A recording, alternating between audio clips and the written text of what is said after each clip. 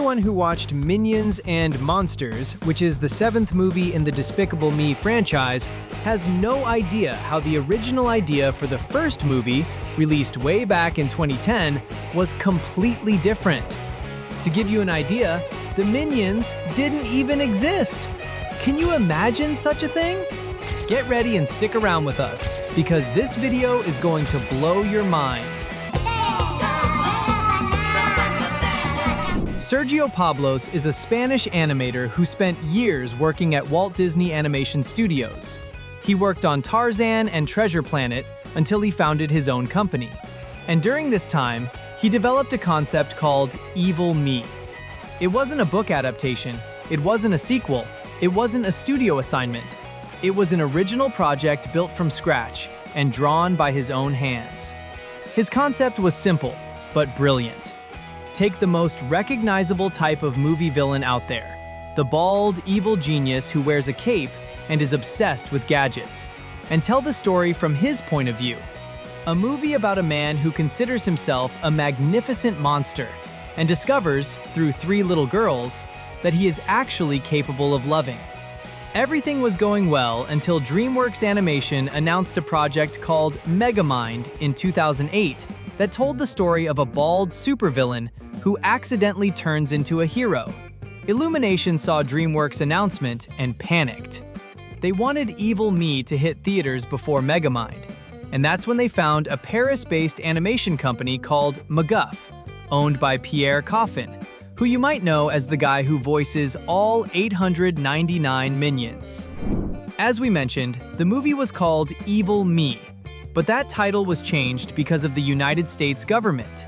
To avoid censorship issues, Illumination decided to change the name from Evil Me to Despicable Me, making the title much softer. Besides the name, the protagonist also went through some major changes.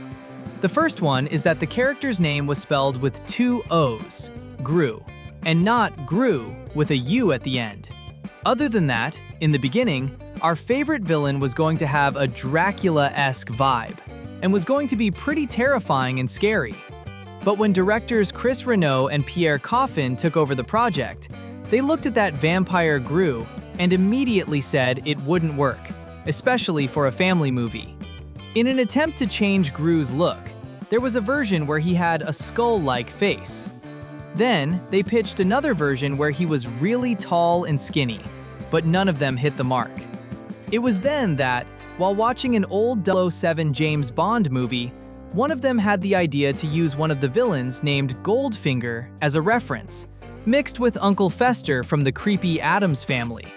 They put all of this together and created Gru's modern look. And as a final touch, they just added the striped scarf to top it all off beautifully.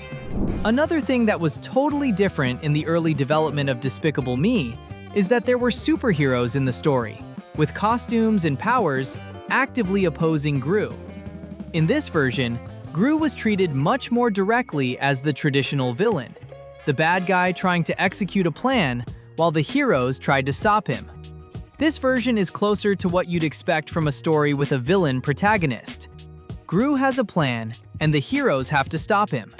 But then the producers kept thinking and felt that this was too similar to Megamind, which was coming out around the same time.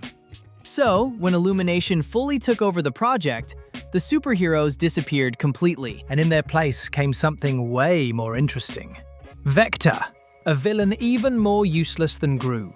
A rival who outsmarted him not with power or nobility, but with pure teenage cunning, and the advantage of already having the shrink ray. This also solved the problem of us not having to feel bad about rooting for Gru to defeat the superheroes. You feel great wanting him to destroy Vector, because, let's face it, Vector is the worst. But he's really funny. Now, let's talk about Vector for a second, because a few things were different with his character too. One of his most memorable scenes is the part with the shark that Vector keeps in a tank inside his fortress. Well, in an earlier version of the movie, that shark would actually belong to Gru, and not to the manager of the Bank of Evil. And to tell you the truth, the killer aquatic pet wasn't just a shark. It was actually a shark-rhinoceros hybrid. Unfortunately, the animal that looks like it came straight out of a Teenage Mutant Ninja Turtles comic book didn't survive in any version of this movie and was cut completely. It makes me really sad, because it would have been so cool to see. But there's more to this. When the team transferred the shark over to Vector, they simplified it down to just a regular shark with lasers. Another idea that ended up going unused was that they were going to have Vector's entire base transform into a giant robot in the final fight against Gru. But despite it not being used in the first movie, we know very well that it ended up being reused in the franchise, since that's exactly what they did with Balthazar Bratt, the main villain of Despicable Me 3, where his base was a giant robot that he used to try to wipe out Hollywood, and also Gru while he was at it. If you made it this far, do the following. Click the subscribe button. I think we deserve it. Long before the creation of the Anti-Villain League, another major organization ended up being cut from the movie. None other than the United States government itself. Don't get it? Relax, we'll explain. In the original version, before Mr. Perkins even existed as a character, Gru's financial problem was solved in a very different way. In this version, Gru made a deal directly with the government to steal the moon. Yes, the US government. He had some sort of contract or negotiation that made stealing the Earth's natural satellite a government operation. Mr. Perkins, the ruthless president of the Bank of Evil, completely replaced this. And we have to admit, this swap was great, because Mr. Perkins and the Bank of Evil make it clear that being a villain is, actually, a business. It has investors, and it has a banking sector, which is definitely something totally original.